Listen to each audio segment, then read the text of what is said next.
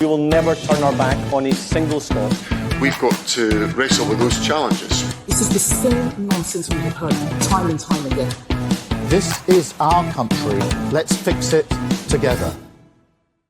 So thanks for joining us on the latest Planet Holyrood. I'm Paul Hutchin, political editor of the Daily Record. I'm joined this week by John Ferguson, who's the editor of the Sunday Mail, and Ben Borland, who's the editor of the Scottish Daily Express. So another week, another poll.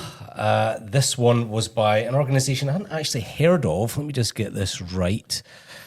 Find Out Now, was it? Yeah, Find Out Now. I'm so used to companies like Servation, but I think there are newbies in the market.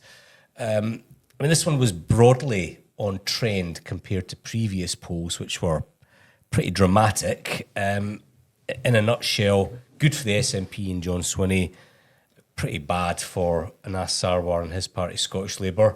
I'll just go through the numbers. So in terms of the seat extrapolation by Sir John Curtis, the SNP would win 51 seats. That's down from 64, but still pretty healthy.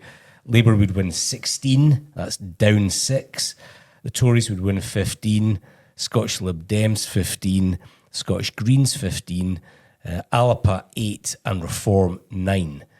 So I think there's a bit of a health warning. I cannot imagine Alapa winning 8 seats, and I think it's hard to imagine the Greens winning 15, but it is broadly in line with previous snapshots, which are not good for Labour and do show John Swinney steadying the ship and looking on course for a 5th term. I think that's pretty much a good summary of it. Yeah, I mean, I think you're right. These things do need to come with a bit of a health warning like you. I find it very difficult to believe that the Alba Party is going to win 8-9 seats in the Scottish Parliament. That does make you think that there's some sort of statistical anomaly going on here. But nonetheless, there has now been repeated polls that have shown that Labour is having a very hard time of it indeed with the electorate. If you cast your mind back to the general election last year, you know, people were very upbeat about the prospect of a Labour government. The problem is that they'd spent months before that election promising change, and Anas Sarwar used the word change about 1 million times in every broadcast or newspaper interview that he did in the run-up to the election. Keir Starmer talked about change all the time, and now we are good 7 months after the election, and people are looking at their lives and they're feeling like nothing much has really changed. And this is a big problem for Anas Sarwar, because he's now going to have to go into a Scottish election where people think you're talking about change, but is it really going to happen? And on the flip side of that, yeah, it does. I mean, I think John Swinney's doing very well out of Labour's troubles, but you've got to hand it to him. He has steadied the ship. I thought quite a good example was just this ridiculous story last week about whether the SNP were going to ban cats, and it looked easy. John Swinney just coming out and saying that is absolute nonsense, it's not going to happen, forget it. But you can kind of imagine previous SNP leaders tying themselves in knots and potentially allowing that story to drag on to a kind of week-long thing. And it was just a sign of a quite assured, experienced politician to be able to knock something like that on the head and move past it in a day. So yeah, the SNP are undoubtedly doing pretty well out of this, but they themselves will also be worried that the thing that this poll is also showing is that the Parliament is going to be extremely hung, that Alba may or may not get 8-9 seats. Reform are going to get 9 seats. The Conservatives are going to, it really looks like Labour, the Lib Dems and the Conservatives are all going to be kind of on a roughly similar amount of seats. So it's going to be a really interesting time. I mean, you mentioned change there. I do see, to use a US analogy, UK Labour or the UK government are like Joe Biden and Scottish Labour are like Kamala Harris. Harris tried to convince US voters that she was the change candidate. She was about renewal, But how can you do that when you're so tied to a project that voters feel didn't actually deliver change and renewal? And I think Anas Sarwar faces that problem. You know, how can he sort of project change when that's what Keir Starmer promised, and so far folk feel let down? So it's almost like voters are saying, well, you fool me once, well, fine, but you're not going to fool me twice. Yeah, I mean, I'd just like to go back to the health warning that you both mentioned about the poll. I don't know much about Find Out Now, but what we have noticed, we had a look on the Express back at some of their previous polls, and remarkably, they've never had a poll that didn't show a majority for Scottish independence. And I think most people would agree there isn't a majority for Scottish independence, and it perhaps suggests that Find Out Now's panel of members of the public and the weighting that they're putting on their opinion polls isn't quite right. It's maybe too heavily weighted in favour of people who back Scottish independence and are therefore going to vote SNP, Green or Alba, and therefore those three parties have had their vote inflated, and the unionist parties have seen their votes decline. I think that you can explain away the results from this poll by looking at the results that Find Out Now have had for the independence question, and it doesn't take. So it only takes a few, percentage points either way, and suddenly the SNP have got a few extra. The Greens, I think everyone can agree the Greens and the Alba are overinflated there. And the unionist part. So while the general trend, it is accurate to say that the SNP are pulling ahead of Labour, I just think this poll has got it wrong. I don't think Anas Sarwar, I'm sure Labour, the UK government have their own polling about what's happening in Scotland. I don't think they'll be thinking this is what's going to happen. Yeah, I think they think it's a bit of an outlier. I don't think they recognise the data. I mean, most polls show a big lead for the SNP over Labour, but there's either a very small, narrow pro-UK majority MSPs or a small, narrow majority pro-independence MSPs. This one has a big majority of independence MSPs. It seems to be a bit... I don't get the impression that whatever polling the Labour Party are looking at is particularly healthy for them. I don't get the impression that there's but I don't think it's as bad as this. Yeah. And I think the key... the way Anas Sarwar responded was by almost sort of opening the door to say, look, I'll work with reform. Well, I was going to mention that. So I was at the press conference yesterday at Edinburgh Uni. It was ostensibly to talk about a technology paper. I don't think there was much press interest in that. We were more interested in talking about the poll and other issues. And what we know is that there's now a four-way split on the pro-UK vote between Labour, Conservatives, Lib Dems and Reform. That is damaging both Conservatives and Labour. It looks like it could right now stop Anas Sarwar from becoming First Minister. But, as I said, some of the polls show a very narrow pro-UK majority. So technically, if all the pro-UK MSPs, including Reform, voted for Anas Sarwar next year, they could put him into Boot House, even though Labour was by far...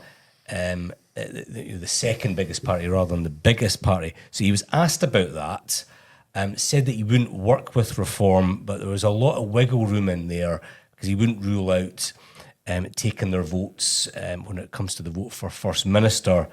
That's triggered a bit of a backlash. There was an SNP graphic essentially saying that if you vote for Anas Sarwar, you're going to let in Farage. It's a difficult issue for him. He doesn't want to be talking about Reform, does he? I think the impression I got was that he was saying, I'm not going to work with them, but if they want to back me in votes, then fine, I can't stop them doing it, and I'm going to take that support if it's there. I think, unless you're the biggest party, I think, even though mathematically it might be possible, I don't think voters would stand for the party that finishes second, and a distant second. I really don't think the public, the electorate, would stand for that happening.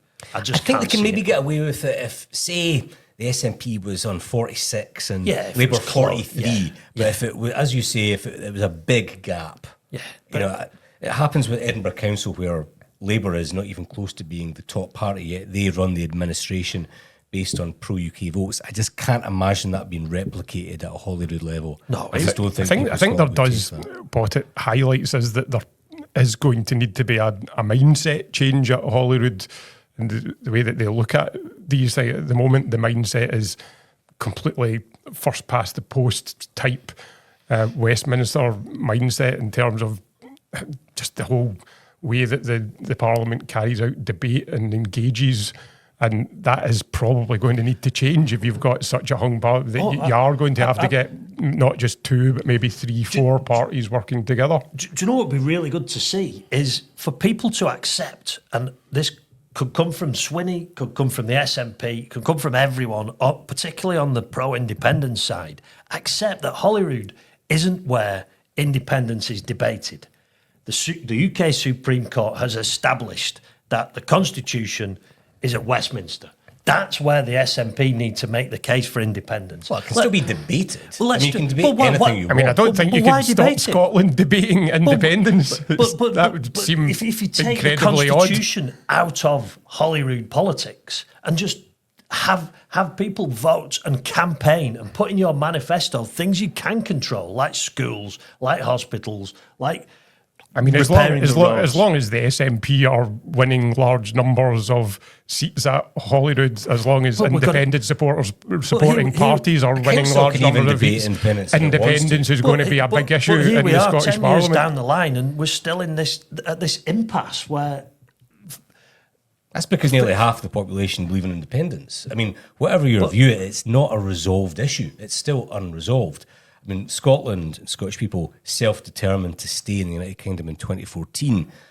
But if you look at opinion polls, I mean, I would certainly accept that it's not the number one issue for people in terms of their priority, but it's not gone away. And I think that explains why the SNP keep winning elections. And that's why we're still, we can't, you know, we're in this situation where we're heading for a hung parliament because you've got these two sides that whether you agree with independence or not, the roadblock in this is the Westminster government that won't allow that constitutional debate to move forward via a referendum or whatever. By stonewalling that, it does just leave it sitting there. It does, and but it's always going to be this big unresolved lump sitting in the middle of the national debate. The quid pro quo could be, stop focusing on independence at Holyrood, but in exchange for an agreed process what would trigger Indy Ref 2 along the lines of what happens in Northern Ireland. Yeah, I mean, you know, that has been discussed. I just think there's no way, surely, the vote for the SNP that could give them 51 seats, could give them, you know, the largest number of seats, can't be based on their performance in devolved areas, because the school, you know, schools, hospitals, look at the state of the country. So they're only winning support because people want independence and vote for them. But if the SNP were honest with those voters and say, look, voting for John Swinney is not going to get you independence, so vote for... I think they're using any opportunity. A more grown-up politics where people vote for actual things that Holyrood can actually control rather than... I mean, it's going to give you a better chance of getting independence than voting for the Reform Party or the Conservatives. And I think you do need to appreciate that it's as difficult as you fight hard to believe, probably a lot of people also vote for the SNP because they do like some of their policies. A lot of people like free university tuition. A lot of people like free prescriptions. A lot of people look at Westminster and they don't like the position in Gaza. They don't like the Tories. They don't like reform, and they come to a reasonable view that the SNP is the party they prefer. In that case, great. But I just think the big driver is still the Constitution, and it's leading to polls that don't make any sense. That said, though, the SNP are way down in that opinion poll compared to 2011. I think they're in the early 30s in terms of percentage of the vote.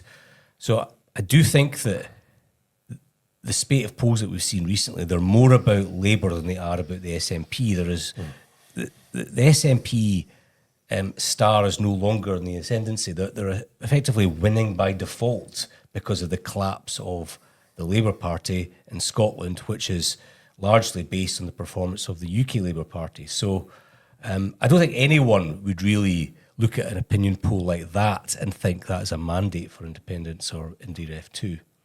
No, but then, do you see any chance of Labour pulling it round at UK level? I mean, well, if they got growth in the economy, if energy bills start to fall, I know that looks unlikely. If people felt a material difference in their everyday lives, then I think Labour across the United Kingdom would pick up in the opinion polls. So it is a question of delivery. I also think that from an Assawar's perspective, he can't just hang around and wait for Keir Starmer to get his act together. He has to really promote himself as a potential First Minister in waiting. And, you know, if you look at Labour's victory at the general election last year, it wasn't about Labour being popular, it was about who they weren't. They weren't the Tories down south and they benefited from tactical voting. They weren't the SNP up here and they benefited from tactical voting. There has always been a scepticism about the Labour brand, and I think that Anas Sarwar really has to distance himself, or maybe just put in the back burner the Labour branding and try and promote himself. It's difficult. I mean, I think mediocre leaders can sometimes win elections just because they have a political tailwind, but when you're up against it, you need a really good leader, and that's Anas Sarwar needs to prove himself to be that, and you know that's a big ask because those people don't come along very often. No, they don't. They don't. I mean, imagine what reform could do with a decent Scottish leader. I mean, as I say, I think the pro-UK vote's been quashed in this poll. So imagine that reform is on level roughly with the Tories, just behind Labour. Imagine what they could do with a leader who appealed to Scottish voters. You know, I actually think that opinion poll probably understates reform support. Yeah. What was it, 9 seats? I agree with you, John, on political headwinds. See, if you have a tight election and it's close, having a good leader can make all the difference in getting you over the line, having a good set of policies. But when the political headwinds are against you, fundamentally, there's not much you can do. I mean, see, if Clinton had gone up against Bush in 88 rather than 92, he would have lost. If Obama had stood in 04 rather than 08, he would have lost. I think Jim Murphy, when he stood in 2015 after the referendum, he was always going to lose. There was no Labour leader in the country that could have survived that onslaught.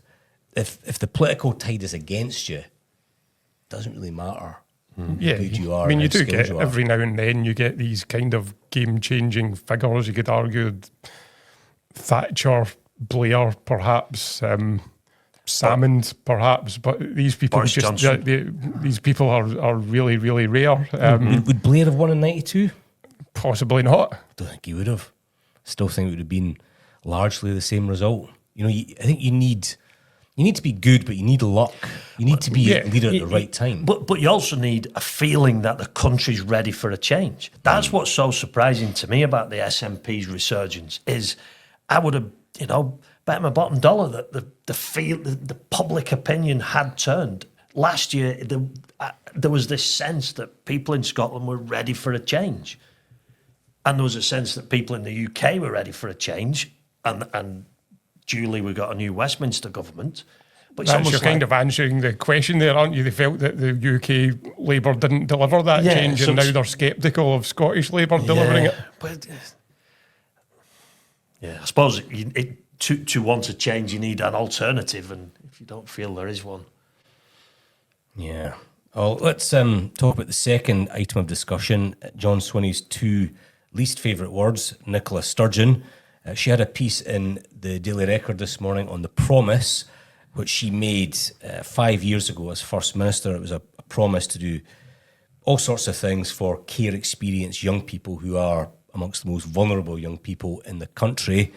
It was a pretty critical piece, urged everyone, including the SNP government, to raise their game. I think she is frustrated by the pace of change, not only within the government, but by councils as well. Can we expect Sturgeon to be more critical of John Swinney's government? Obviously, they're big political allies. He was her number 2. But if you remember, in the aftermath of the general election, she went on ITV and criticised the lack of focus and independence. Is she picking her moments to have a dig? I get the impression that, I mean, I think unlike Humza Yousaf, I think he was the junior partner in that relationship with Nicola Sturgeon. I think John Swinney has probably always been far more on a level with Nicola, and you know, there will have been a more robust, open discussion on policy. I do think that in terms of the promise, it's a bit, I mean, Nicola Sturgeon had a long time to make a difference on this issue and didn't really make much progress herself. The promise is a kind of odd thing. So the promise is a sort of like, you know, government slogan that's backed up by one of these kind of quasi-private public companies, which Nicola Sturgeon set up and hasn't really seemed to achieve very much at all. They spent a lot of money on PR and lobbying agencies and all the rest of it, but they don't really seem to have delivered much. And I think this is one of these areas where another talking shop isn't going to be what makes the difference. The idea was that all they needed was a little bit of private sector ingenuity, and this problem would somehow be magicked away, and it's just not. It's quite a nebulous promise. It's difficult to know what it really means, but really it's about creating better conditions for children who are growing up in care, which is a very, very difficult thing to do. They're naturally in a hugely vulnerable, disadvantaged position, and to solve this problem, it's going to take an awful lot of money going into services, and also society in general just changing its attitude. You need more people to become foster carers and to adopt and all this kind of thing. So it is really difficult, and I do think Nicola Sturgeon had a fairly reasonable amount of time to make progress on it herself and didn't do that. I think the promise was part of the reason she got this nickname, Chief Mammy. If you've seen and I think she'd done one visit at the very height of her popularity to it, and the Scottish government actually said, Scotland's Chief Mammy visits children in care. I think it's all part of Nicola Sturgeon's kind of self-mythologising. She's looking back at her years in power, and I think most people would now agree, despite all the PR, actually it was a horrendous failure. And one of the few bright spots that her PR team say, well, one of the good things he did was the promise. She's trying to remind everyone that she did this good thing while she was in power, and now she's looking to... And if you can say, well, look, the people who came after me haven't kept it up, it's a way of building up her own reputation. Needs to point to something that you've done. Well, it's like, setting world-leading climate targets or failing child to meet poverty targets, and then someone else has to actually keep them. I mean, I think the promise was good, but you need government and councils working together. It's easy to set a target. Yes, it's much more difficult as to we've seen, it's actually easy to move make a towards promise. it. How many manifesto promises aren't kept? Yeah. I mean, just to go back to the point there, if I think Holyrood politics is quite dull at the moment. A war between Sturgeon and Swinney would be brilliant from a newspaper point of view. Even an occasional skirmish. Just a general falling out. I think they're both quite long in the tooth, and I do think they still get on. I think she'll pick her battles very carefully, and she will write it very carefully. I mean, it's interesting, great story for the record. It keeps slipping my mind that she's still a sitting MSP. Perhaps she could have made these points in a speech at the Scottish Parliament, unless she's forgotten how to get there, which, could be the case. I'm strongly of the view that people need to know about new developments, not in the chamber, but first in the Daily Record. That's where the nation's crucible is. Okay. Possibly at the Glasgow Comedy Festival in coming weeks. Yeah. When is that again? It's soon. Soon. Yeah. I mean, Nicola Sturgeon's got many strengths. I think she's a skilled I think we'll politician. still be able to get tickets. I've not known her to be a comedian though before, so I think that this is quite a career change for her. Not in purpose anyway.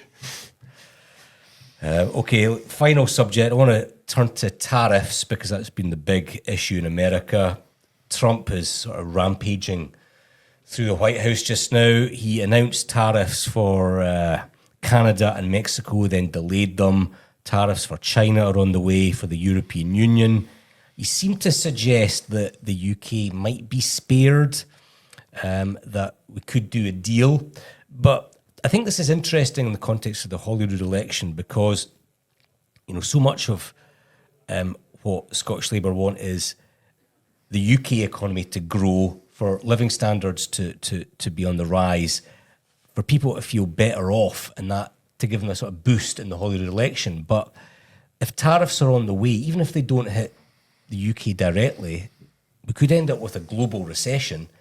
And if the UK goes into a recession this year, I mean, I think the election's over for Labour. There's just no surviving that. I'd just point out that, as you've said there, the European Union are being threatened with tariffs.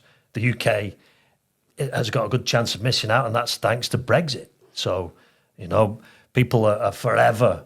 I mean, I never read anything else other than Brexit's to blame for this, that, or the other, and here we are. Brexit's giving us a huge trading advantage. If Britain hadn't left the EU, then they would still be in a single market with no taxes and tariffs, with 400 people as it is. They're kind of isolated. There's talk of maybe you'll get a deal with America, but it's never happened, and things might now be going to get worse with some tariffs as well. Between us and Europe. We can trade freely with Europe. I'm slightly surprised about your pro-Brexit comments, given that you're such a supporter of political unions. But put that to one side. I mean, even if the European Union economies are damaged, that's going to hit us as well. If those countries become weaker, it's a global economy. We just can't. I don't think Trump's in the business of creating a global recession. I think he's a businessman. That's his number one thing. He wants economic growth, and he wants it. You know, if he's not in the business of riots, but he inspired one on January 6th. He did, but if the US economy grows, then we need to get in line and grow with it. Tariffs are not a growth strategy, though. They're going to do the opposite. Well, it's a negotiating strategy. Well, that's the interesting thing. If it's using leverage to try and get countries to do things that he wants them to do, like, the Mexican government put more troops on the border, fair enough. But if he actually goes ahead with this, it could be carnage for the global economy. I mean, I don't think that you should. I don't think Donald Trump's a particularly good businessman. I think he's a con man, and the things that he's doing are really pretty awful. It's obviously, in terms of the issue of taxes and tariffs, this is about his America First policy. He wants to bring manufacturing back to America, and that is, it's like a potentially a laudable goal, but I think most economists would agree that it's going to backfire for the world, and that we could end up with a global recession that's bad for America and bad for everyone else. It feels to me like Britain are ending up in a position where they're going to be forced. You know what Trump's like, you're being forced, you're either with him or you're against him, and it looks like they're going to be forced into a position where you choose the EU or you choose Trump. And if I was Keir Starmer, I would be choosing the EU, and faced with that dilemma, because the things that you're saying, I mean, yesterday this speech where he's talking about clearing out Gaza and, building condos, there's absolutely no talk about the people from Gaza ever coming back. I mean, it's really pretty horrific, nasty stuff. All the immigration stuff, the dog whistle, racism, the white supremacy that seems to underlie pretty much everything that you're seeing coming out of that administration. It's really quite nasty, sinister, bad stuff, and Britain would do well to distance themselves from it as far as possible. Very good point. But you can't distance yourself from the US. You can't. It's the global superpower. We've got the special relationship. It's the biggest economy. It's the biggest I military mean, power in the everybody world. thinks they've got a special relationship, but nobody does. But, I think I heard here's the thing, Denmark saying that they does had a the special US think that relationship. they've got a special relationship with us?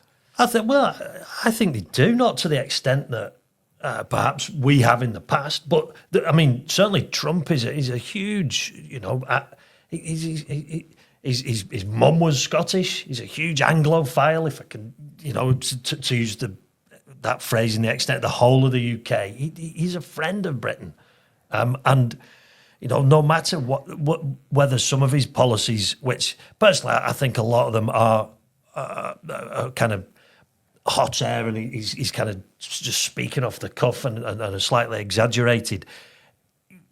He's still been elected by the world's biggest democracy, and we've still got to maintain good relations with him. You can be both the elected president of the US who secured office legitimately and a dangerous racist and a demagogue. Both can be true. And in the case of Trump, I think they are. I don't think Trump really has friends, does he? He's a narcissist.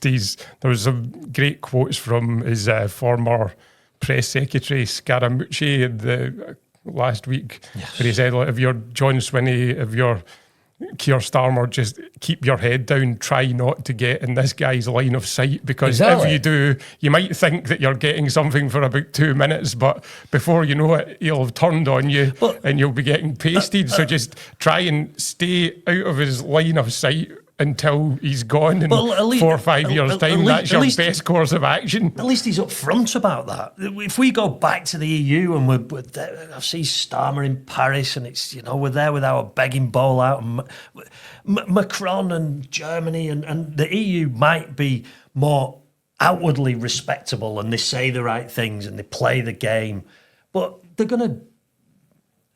I'm trying to think of another word for shaft, but I can't think of one. They're going to shaft the UK just the same as Trump would. Trump is offering friendship. The EU is wanting concessions. Didn't Trump shaft Britain in his first term? Weren't there tariffs? Well, that's because there were EU tariffs. That was the Airbus-Boeing war, and we just got caught up in it because we were still a member of I the EU. don't think of there's any anything reason. he did for the UK. I'm struggling.